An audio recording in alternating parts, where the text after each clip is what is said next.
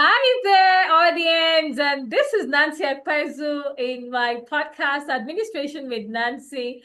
And today we have a particularly interesting topic. And if you've been wondering what it takes to make a transition from the classroom to school administration and management, then we have a really brilliant guest that is going to do justice to just that. So let's get glued on here. But before anything, make sure you subscribe to my YouTube channel and make a comment and share this as well with your audience. So let's get right in. I'm going to start by introducing my guest, Ifeoma Modebe. Incidentally, I got to meet Ifeoma in person for the first time in Abuja a few years ago. And then the next time I visited, she was actually the head of programs of a very reputable school in Abuja.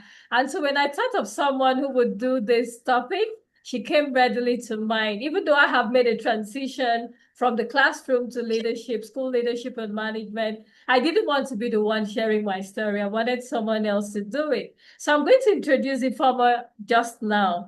Ifeoma Modebe is an accomplished educational leader, certified coach, and administrative expert dedicated to fostering excellence in both academic and professional environments. She has over a decade of experience as a mathematics teacher, and she has a proven record of driving significant academic growth. Her expertise extends beyond the classroom, and she has served as head of program and key stage coordinator, where she successfully managed teachers and implemented crucial blended learning and instructional technology training workshops, and so much more. She has a bachelor's of education degree in mathematics, and she's a certified life and teen coach, equipped with certification in life coaching and neuro-linguistic programming, NLP. And this unique blend of skills allows her to approach educational challenges with a holistic perspective, focusing on both academic rigor and student motivation. So I'm going to leave her bio in the comment to this video, and you can read the rest of it so that we dive right into the topic. So welcome to this Thank you. podcast, dear Ifeoma. I'm so pleased to have you. Thank And you, there ma'am. couldn't be a better person to I do am this glad to be topic here. with me. Okay, so could you just start by introducing yourself, like not in terms of what I have said, but in terms of what inspired you, your transition from the classroom to school administration? Okay, thank you so much, Miss Nancy, for this opportunity. You are a mentor I've always looked up to, so it's a privilege to be here.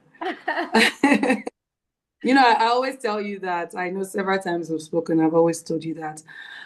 So what really inspired me, will I say I was inspired, or it just happened that I had to step into management, all right? So um, in my own bubble,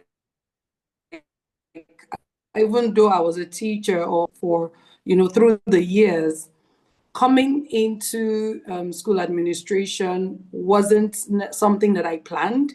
I didn't pre-plan it. Okay, it was just something that it started by, oh, you're going to be assisting the head of school to get this done, and then the moment there was a vacancy, okay, the head of school resigned.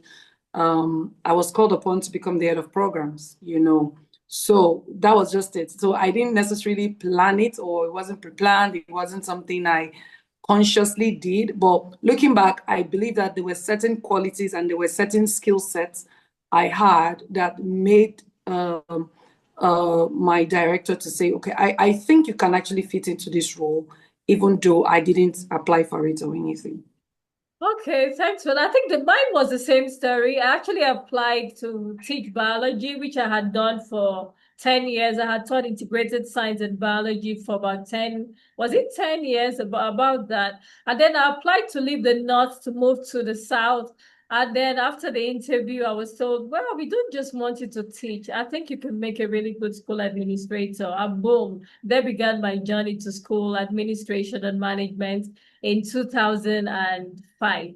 Was it 2005? Yeah. And I've Mhm. been doing just that since then, going from one level to another. So thanks for that response. Mhm. Now, I would like to know, did you feel fully prepared for this shift Or were there surprises along the way? There were lots of surprises. Now, I didn't feel fully prepared. Nothing prepared me for that shift. It Okay. was sudden. It was just one day you came to work as a classroom teacher, then the very next day you're head of programs, right?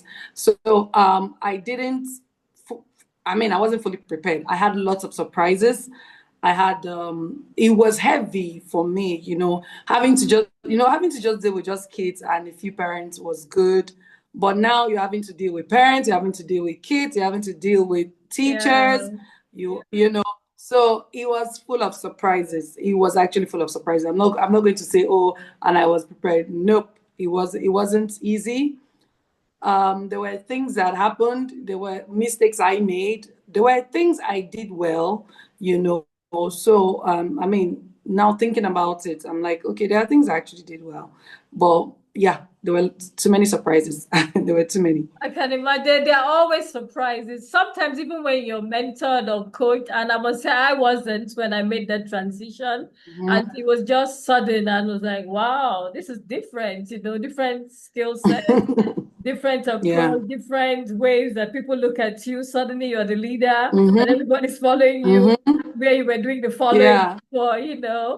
Okay, Yeah. so Yeah. are there things that you Yeah. wish someone had told you before you got into this position as head of programs? Yeah. I actually wish someone had told me that everything was going to be fine. I mean, just that assurance that, okay, you know what, you're not overthinking this, you're going to do well, believe more in yourself. Because I wish I really, really heard that a lot. Maybe not from my director. Oh, looks like the My network director is already believed in me. okay. That was okay. The network. Yeah. So, can you hear me now? I didn't hear that bit. You said you wish someone had told you before then. Okay. Maybe not directly Okay. from your direct. Could you say that again? Because that might be very important to the audience. Um, I wish someone had told me that everything was going to be fine. Just that encouragement that you know what, everything is actually going to be fine. You will do well in this role. Okay. Okay. Yes, I heard that, but I heard it from people that I felt were just trying to make me feel okay, better, or they just wanted to encourage me to take on the role you know and really I wish someone told me the truth. I was going to be hard. It was hard work. Nothing there is nothing that I mean I actually wish I was told that, listen, you are going into something that is hard. And some days you will cry, so break down. Some days you would wish you were not in this position. Okay.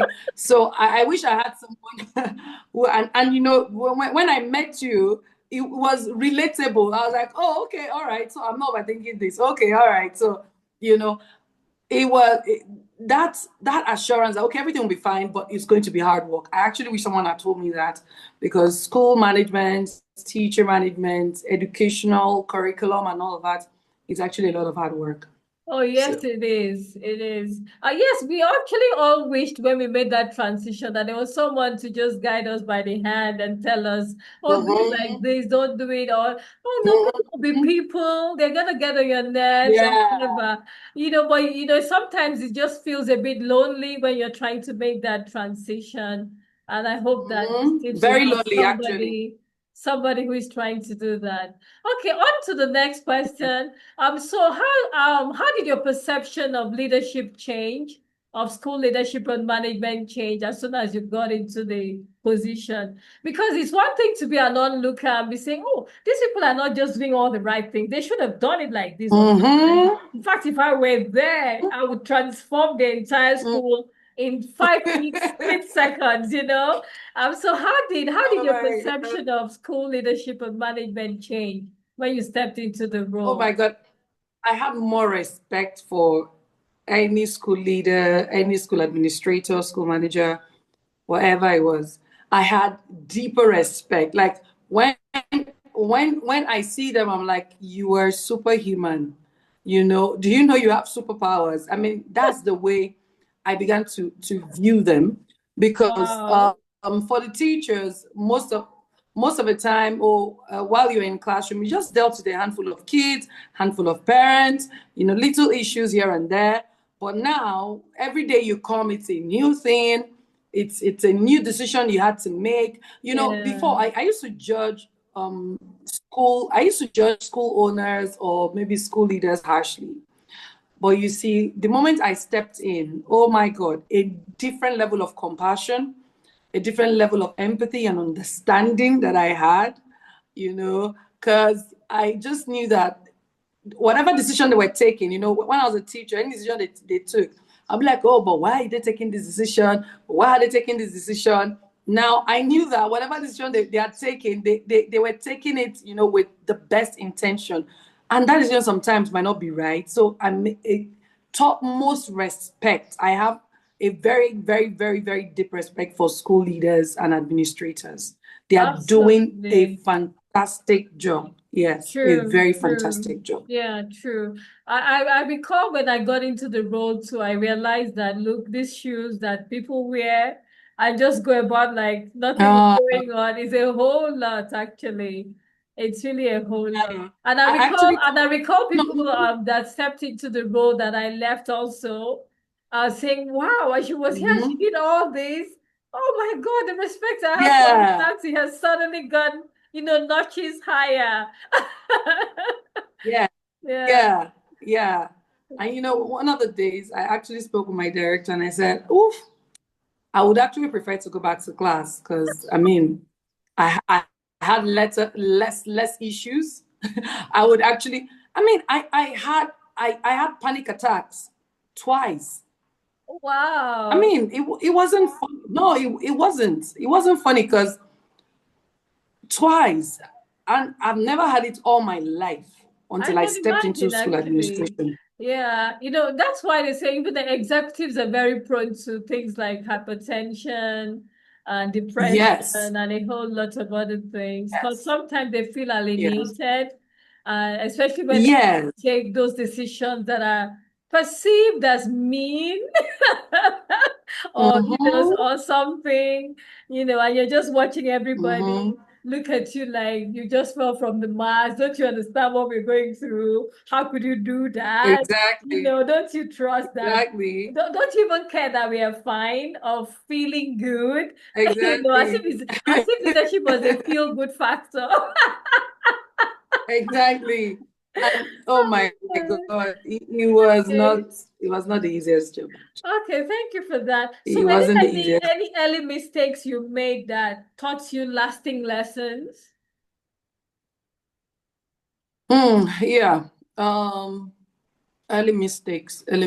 I think for me, the first mistake I made was to assume that my colleagues, we used to be colleagues, that they would automatically respect me just because I was now, you know, their leader. I Okay. thought it was just going to be automatic, all right? I thought it Okay. was just going to be, you know, instant. But Okay. I later got to know, I mean, from experience, that I needed to prove myself, to them, that my greatest challenge was first with my colleagues, because we used to go home together, we used to chat together, we used to talk about everything. We used to talk about the leader together, and all of that. And now I'm the one telling them, oh, everybody gather around, we're coming in for a meeting. Oh, this is what you're supposed to do with your curriculum. Oh, why didn't you submit this? And they'll be looking at you like where is she from? And that was my first mistake. I thought it was just going to be automatic, but Yeah. I later found out that it wasn't going to be instant. I also needed to give them time to adjust as well. And then gradually they adjusted. Some didn't, some did, but as I continued to go, I began to earn the respect. So it wasn't something that they needed to know, that I knew what I was doing, that I was not just it because it was given to me as an appointment that, oh, you're actually worthy of the position. It took some time, but eventually we got there. So those were my earliest mistakes. And thinking that my colleagues could be my friends, oh no, they couldn't be. They So couldn't they be my stopped friends. being your friend when you became the boss. Yeah, I couldn't. Yeah, the relationships were dead. They were just dead. And I felt bad about a lot of them. I mourned some of them because I really had great friendships, but I also got to realize that if I wanted to be professional, I didn't I didn't need to allow my emotions or my personal relationship to come into the picture. And sometimes, many times, they didn't understand it, and I had to live with it like that. And those were some of my mistakes. Wow. Yours was peculiar because you were promoted in-house. So when Yes. you come in as an external person employed from another organization to come be maybe an administrator in another school, it comes with its own unique Mm-hmm. perceptions as well. Yes. But because Yes. you Yes. were already in-house, they knew you, they knew your strengths, they knew your weaknesses, they knew how to play games with you. Mm-hmm. But coming from Mm-hmm. outside Mm-hmm. is usually with apprehension. They're like, oh, is she coming to lay Yes. off our jobs? What is she going to do? Are we going Mm-hmm. to meet up to her expectations? How do we even Yeah. find what her weaknesses are and how to rally around things? Mm-hmm. So Mm-hmm. Mm-hmm. whether you were promoted in-house or brought in from outside, each comes with its unique challenges in managing the people. Exactly. Okay, thank you very much, Exactly. Ifeoma. So we'll go on to talk about the challenges and adjustments now. What were some of the biggest challenges you faced in your first year, particularly in your first year as an administrator? Okay. All right. So for me, now I'm going to look at, because now the biggest, right? The one of my biggest challenges was the parents. Oh, okay. Now they've known me as a teacher, and Mm-hmm. then Yeah. they were not sure I knew what I was doing. Oh, Um, yeah, okay. Oh, the network. yeah. A lot of them would doubt. A lot of them would sometimes even make snaring comments. Um, Hello, ma'am. Can you hear me? I can hear you clearly. I can hear you. Just need Can to you be hear a me? bit louder. All right. Okay. Okay. All right. All right. Yeah. So, some of them made like some snaring comments. You know, that was one challenge I had. I had a challenge with the parents, but eventually we got along. They saw that they began to trust that I knew what I'm doing when they saw that I was capable of, handling their children issues that came. I was able to give them feedback, and I was professional with what I was doing. Okay. And another challenge I had was the curriculum, adjusting to knowing that I'm overseeing teachers, overseeing school outcomes. Yeah. Okay, so Yeah. that was also a challenge. Now you're not just overseeing one class, you're overseeing the whole school and the Okay. school outcomes when they finish writing assessments, how teachers were teaching. So having to train teachers, having to, learn more on my own to be able to give more. So there was more pressure on me to learn more, be more, read more, attend more trainings. It was a whole lot happening at once. Okay. And that was really one of the major challenges I had. And at that time, I just had a baby. So juggling all of that with my personal life, okay, yeah, the parents was a challenge. The curriculum, making sure everything came out right, was a challenge. I had to restructure certain things. I was given a lot of responsibility to restructure, what Oh, the network again. we were doing, make it better. Oh, okay. Okay, thank you for that. Oh, yes, parents will always wonder, why did they bring some known name in the education space from another organization to be the head of programs or head of school. Why Yeah. someone in-house that we've always known as a teacher? And I'm Mm-hmm. glad that you were able to, cross Mm-hmm. that hurdle and you worked really hard to impress them and you earned their trust, knowing that you did a really good job. Okay, so now what emotional or mental adjustments did you have to make in the transition? Okay. Prior to this time, I was Yeah, I'm listening. I think your network I would is say really acting emotionally, I up. wasn't so okay, mine? Okay, I can hear you now. It's clear. It's clear. You just need to be louder. Yeah, Okay. it's clear now.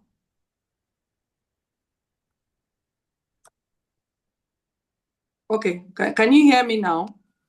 Yeah, very well. Okay, okay. Yeah. So, for mental adjustment, I did quite a lot of, mental adjustment. I took some courses on emotional intelligence. I did some personal trainings, Okay. on, on myself, Yeah. especially my mental preparedness, because school leadership required me to be mentally stable Yeah. and Yeah. mentally, okay. All right, because you don't want to come and lash out. I didn't want to come and be that one that would be shouting everywhere Yeah. and throwing my weight everywhere, all over the place. So I needed to make that adjustment. So I took courses, and I prayed quite a lot because I knew that the shoes I was stepping into was huge for me. Yeah. Now, prior to this time, now coming to the emotional aspect, prior to this time, I would cry easily. Little things would make me cry, make me emotional. I realized that for me to be professional, I needed to know how to manage my emotions. That was why I needed to take courses on emotional intelligence. I needed to manage my emotions. So even when I'm dealing with a difficult parent who is saying it's your fault, all right, some Yeah. of them will come and say it's your fault that you didn't do this right, you didn't do that right. Knowing how to, manage myself through the that season. So I needed to grow up emotionally. There was a growth that was needed. It was instant. It had to be instant. And so whatever I needed to feel when I come home, I might feel it. But when I'm there, I try not to feel too much. Some days it was good, some days not so good. But eventually, I got the hang of it. Okay, that's really good. So how do you develop authority without coming off as too rigid or unapproachable? Okay, when it came to development of authority, um, I believe that teachers naturally, will I say naturally? I will just use the word. They like people who are not firm, people who are very, very laissez-faire, that kind of style of leadership, so that they can get away with everything. Um, so um, that part was one of the parts I needed to like I said, one of my errors initially was thinking that my colleagues, it was just going to be, so my style of leadership was a whole lot of, oh, still approaching it from that area of, okay, we're colleagues, that kind of, yeah. So basically insisting on what I wanted done, insisting on deadlines, insisting, okay, this is what we're doing, and this is when we're doing it, and this is how we're doing it. All right.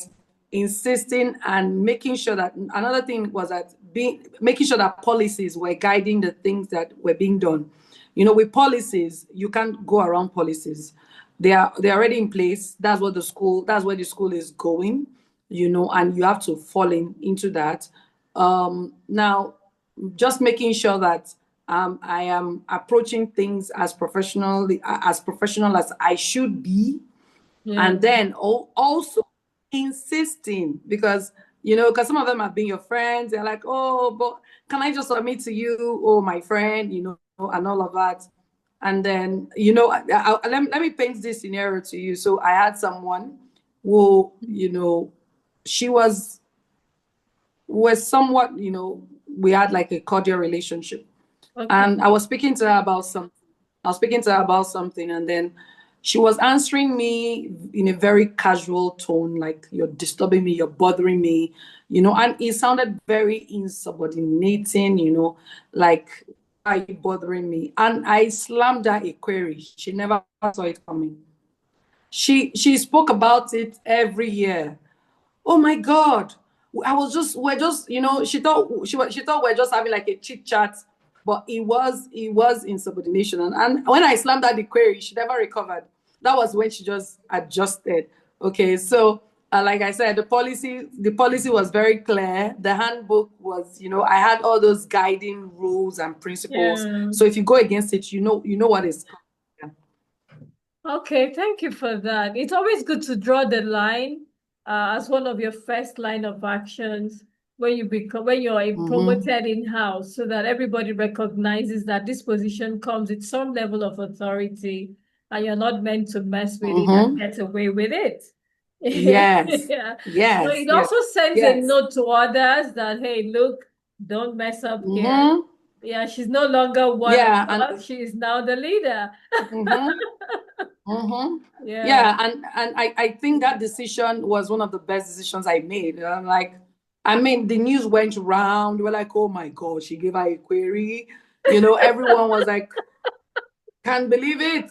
And I told her, I said, if you do that again, and another query. So, there were stages to it. So the first warning and all of that, and that was it. It just changed the atmosphere. Oh, okay. Thank you. So what about the students? How did they perceive you, as someone who was once their teacher and now you had to take decisions that would affect them in some ways or the other? Well, I had little or no struggle with the kids.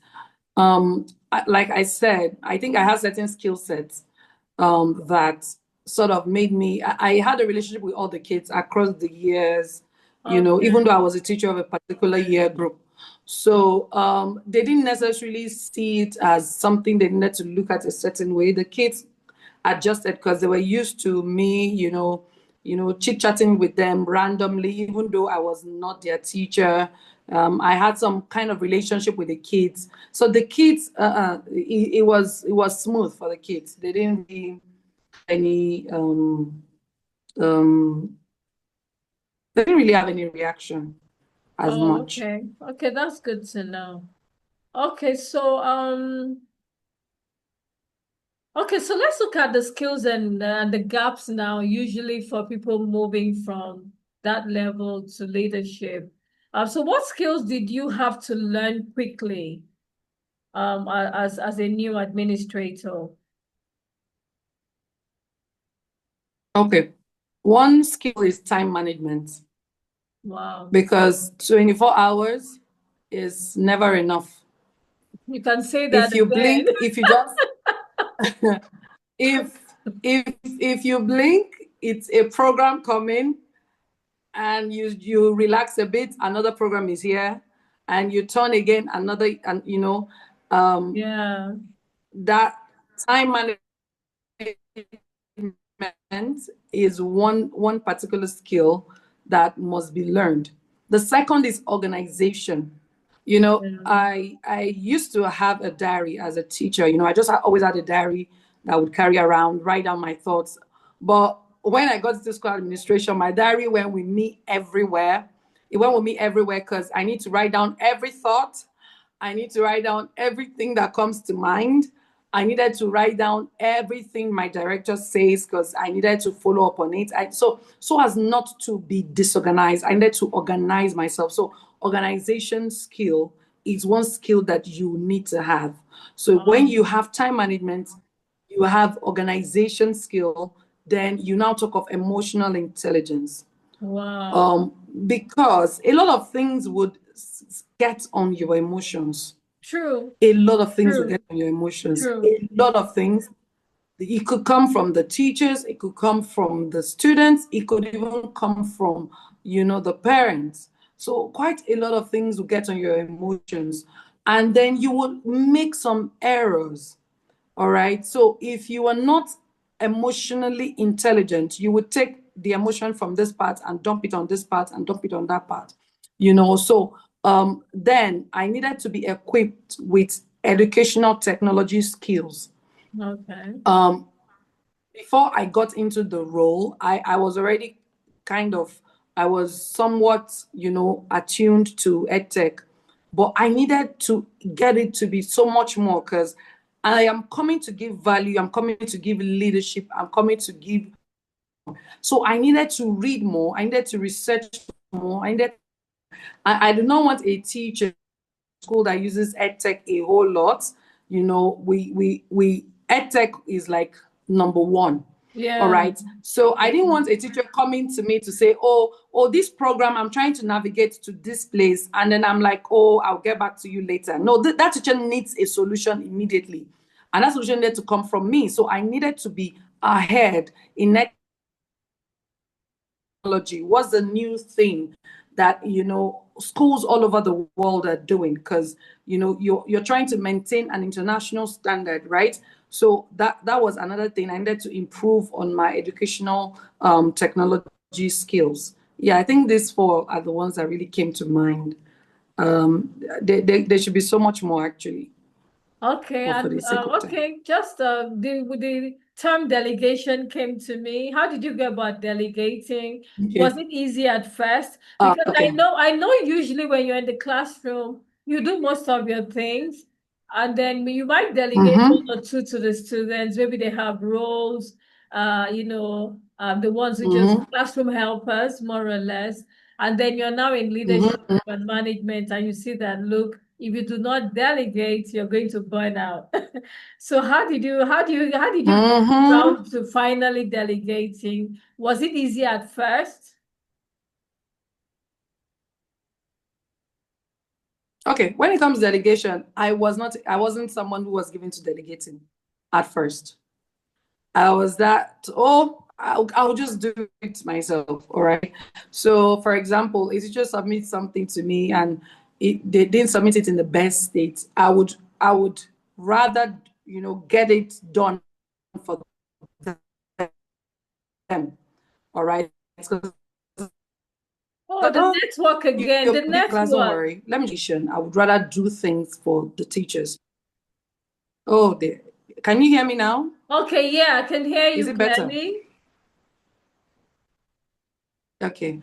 Yeah. So for delegation, I wasn't so much into delegation. Like I said, I was one person who would want to do it for everybody, who would want to, make sure that everything is done a certain way and at a certain time. So for example, if I needed something done and I needed teachers to submit something at a particular time frame, and a teacher is, not submitting at the time, what I was doing initially was I would do it for the teacher, like, you're wasting my time, all right, because I needed it done, all right. And then there are some roles that I was taking on which I could have just given it to a teacher to Okay. do. I could have just, gotten leaders, from the teams, formed teams, and then I walked through the team head, and all of that. But I found out that I was burning out without delegation. I had panic attack twice. So I knew I needed to delegate. I needed to take a lot off me. And then gradually I think I became a better delegator over the years. Okay. Okay. All right. Thank you for that response. So, in what way did your teaching background help you or hinder your effectiveness as an administrator?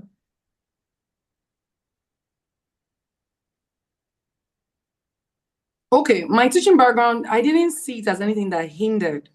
Okay, No. it didn't hinder. Rather, it made me better because Okay. um, I knew everything that was required, and I knew the standards that the school wanted. All right, so Yeah. it didn't hinder me in any way. I would just say that it gave me more information. It empowered me so much more So when teachers would come to me with challenges, I already kind of, oh, okay, oh, is it this child? What is this child doing? All right. Because of my background in teaching, I could, give them more solutions. I could even speak with the parents from an educational perspective. This is something that you've done over the years. So I was better at it. I was better at administration because of my background in teaching. Oh, okay, that's great. That's great. Okay, so let's talk about leadership and team dynamics now. You've definitely no administrator works in isolation. There has to be a team. So how do you balance being a Mm-hmm. people Mm-hmm. person with enforcing policies? For people like us that are very procedural, I'm not a people person. I love procedures. I love I love Mm-hmm. things to work. I'm a paper kind of administrator. I had to learn the people part because I'm naturally an introvert. You know. But one thing she Mm-hmm. always said about me was, "Oh, her administration is always calm, but she will stretch you and make you work, work, work, and work." So I was able to strike that Mm-hmm. balance. So how do you balance that? Because I know you're a people person, and how are you able to Mm-hmm. manage being a people person to enforcing the things that done effectively? Mm. I don't know if I was able to balance it, if I would say I got a very good balance. Now, because Yeah. I was a people's person, I felt every emotion, I listened to people, I listened to their needs, I listened to their wants, so the workplace for me wasn't just about me, paper, paper, paper, I would say, okay, why is the teacher this way? Oh, maybe because she needs some time off. Also, do you need some time off? Do you need to rest? Okay, we'll find a way around it. So because of my being a people's person, I would say I kind of struggled a bit with, procedures, sticking to policies, ensuring that the policy, is used at all times. Um, I kept on working on it, honestly. Now, I'm not going to tell you, oh, I got everything 100%. I just kept on working at it. I would say that for the teachers or the people I was leading, I think they kind of liked the fact that, we would come, there were times when we would have a conversation about a decision and then then we would now take the decision. Now, that was my approach towards leadership. Okay. Now that's procedural, making sure that every procedure is followed and all of that. Sometimes I found a way around it. There were times I stuck to procedure, but not all the time. So will I say I was able to find a strict balance? I'll tell you no. I didn't find a strict balance. I was just able to work on it here and there and knew when to be a people's person and when to stick to procedure. Okay, so you said you had to take some courses here and there, and that's quite impressive. So what professional development programs do you think exist for new administrators? Okay, now there were no straight cuts. Like I didn't find any training tailored, I mean tailored for where I was coming from the classroom. They were just about school administration, people who took it like people who had it like a professional career. Okay, Yeah. so what I did was I went on YouTube. I joined, I think there's this body called Center, something. I would, take watch quite a number of their videos. I took some courses on Coursera. I took quite a number Okay. of courses on Coursera.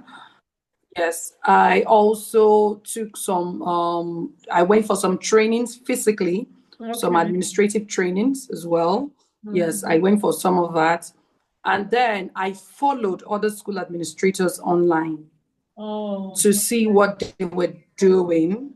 And I followed quite a number of schools. So if I see a school that is doing, or a school that is doing what I'm aspiring for our school to become, I would Okay. follow the school. I would look for the head of school or the head of programs, I would follow them, just hearing their line of thought, seeing what they are doing. I'll watch videos, and all of that. Um, I think right now there's a course by a particular institution that is tailored for school administrators as well. I think I just heard about that like 2 years ago. So, and then I think I read your book as well. I read your Oh, book, The okay. Administrator's Companion. Yes, I did. I did. I think that was when it got to me actually. So, and then there were also some books online as well that I read. I also read some books. I went online, researched, and got a few books as well, and I read them. Now, all of these were things that I was taking on as I was going. So if I dealt, for example, when I was dealing with difficult teachers and difficult personalities, I needed to go learn about personality types, okay, team building, teamwork. So I would go get a book on the topic, read it, and then hopefully implement. The ones I need, I will take. The ones I do not need, I would let it go. Oh, okay. I know you mentioned a few cases where you had resistance from the staff, but we need to revisit that again.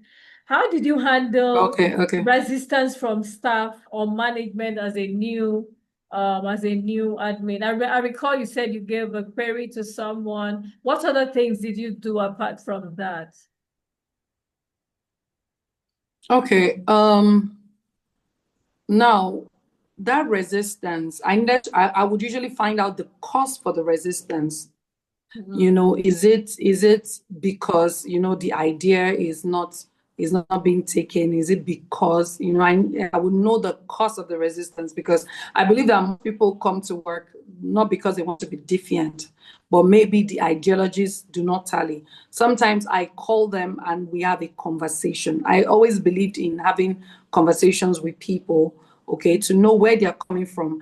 And then another thing I did was let them know their strengths and how I need their strengths to okay. help me work. That always worked a lot. So if I found someone who was being difficult and being resistant, I would find out their area of strength. And then I would tell them, you know what, this is your area of strength. I actually need it on board. Well, And I would tell them, okay, you know what, whenever I'm taking a decision that you feel, is like this, come, let's have a conversation. And really, I found out that when we would have that conversation, by the time I'm telling it to the main house, they're like, okay, they're already on board, because they've been part of the they've been part of the thought process. They've been part of the process. Sometimes if people don't know how you got to a particular destination, they'll be resistant.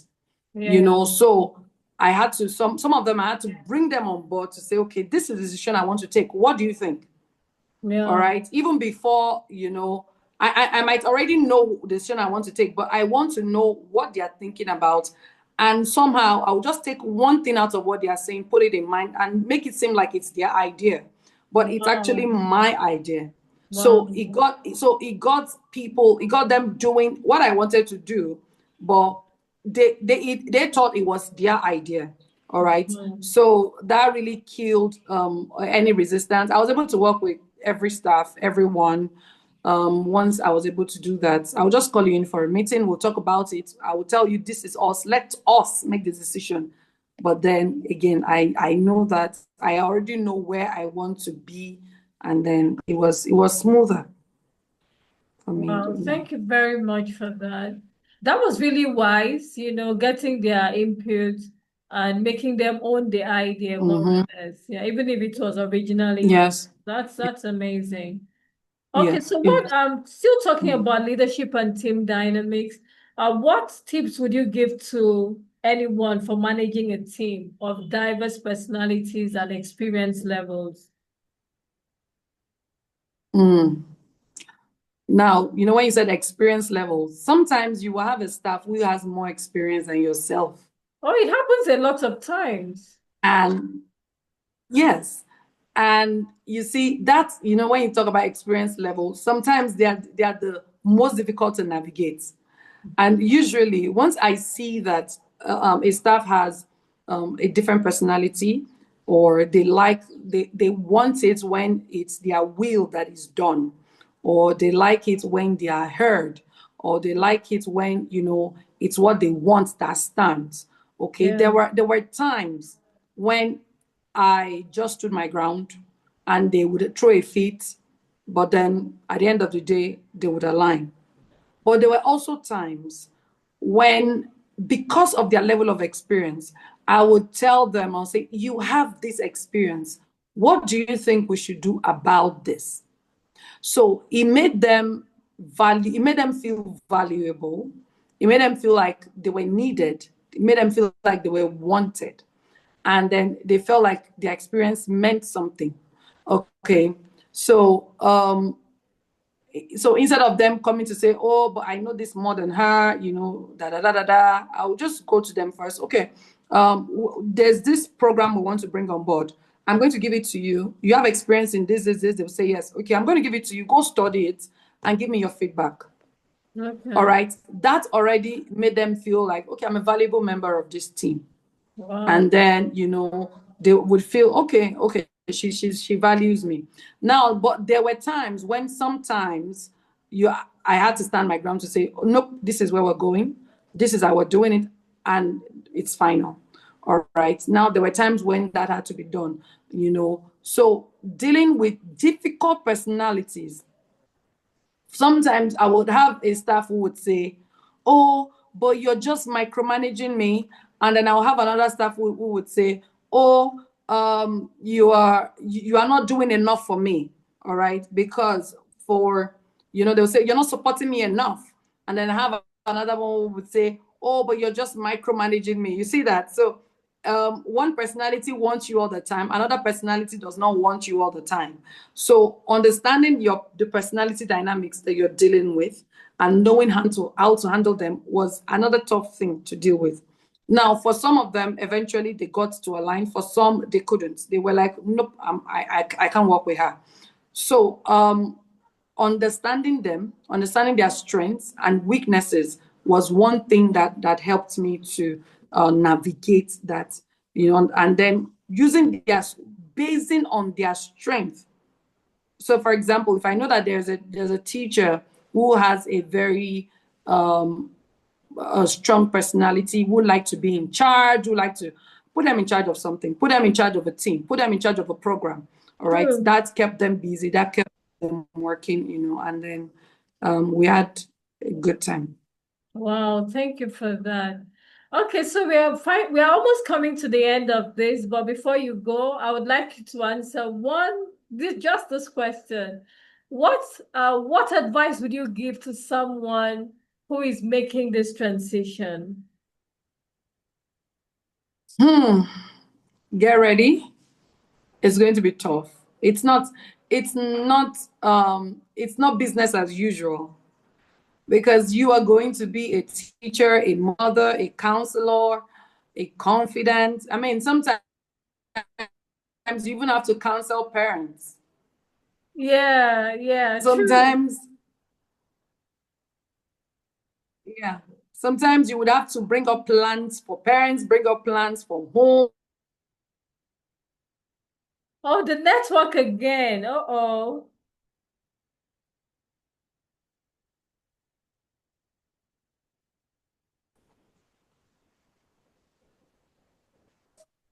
The network.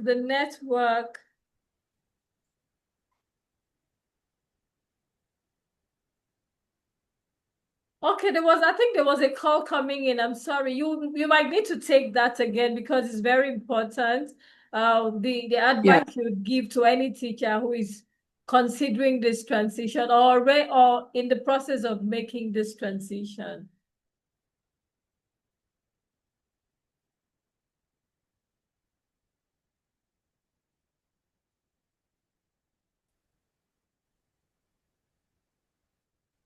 Yes. So, like I said, you would wear so many hats.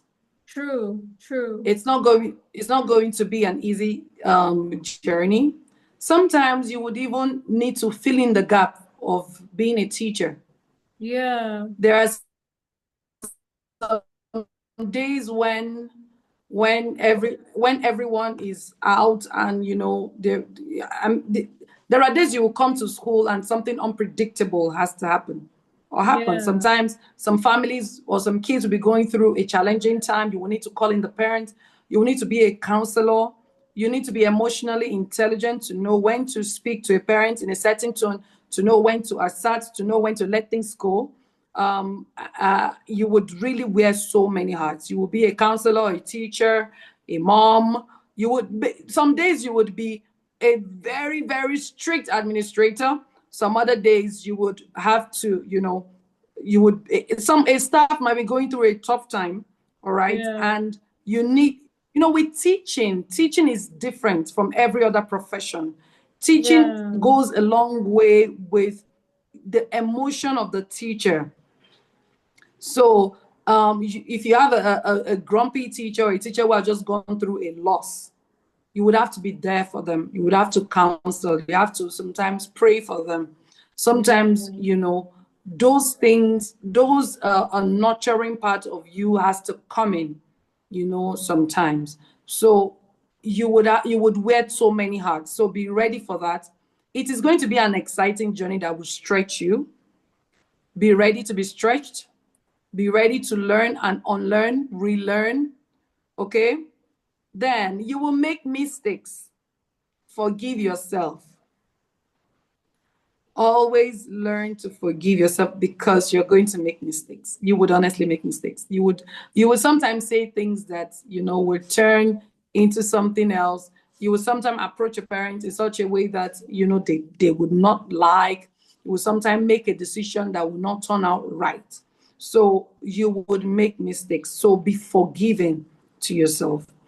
Above all, be prayerful because you are Wow. nothing without prayers. Be prayerful.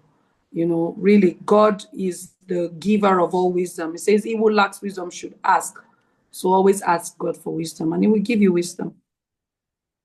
Okay, thank you very much, dear Ifeoma Modebe. And that brings us to the end of this powerful episode of Administration with Nancy on the topic transitioning from the classroom to school administration and leadership. Thank you for sharing such personal insights.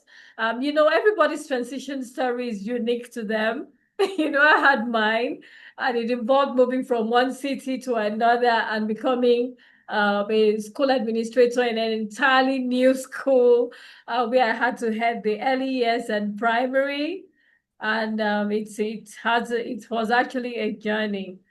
So at this point, I want to say that if you're making a transition from the classroom to school leadership and management or administration, this is definitely a podcast you want to watch. And if you know anybody who is also making the transition, please share it with them. And remember to share this video and make comments on it. And most importantly, subscribe to my YouTube channel. So thank you once again, dear Ifeoma. I hope you'll be able to come on this show again. If I think of any topic that actually Yes, resonates with yes, me, yes, yes, that you can take. yes, yes. All right. Thank you. I And will. until the next episode of Administration with Nancy, it is goodbye for now. Bye. Thank you and thank you and thank you.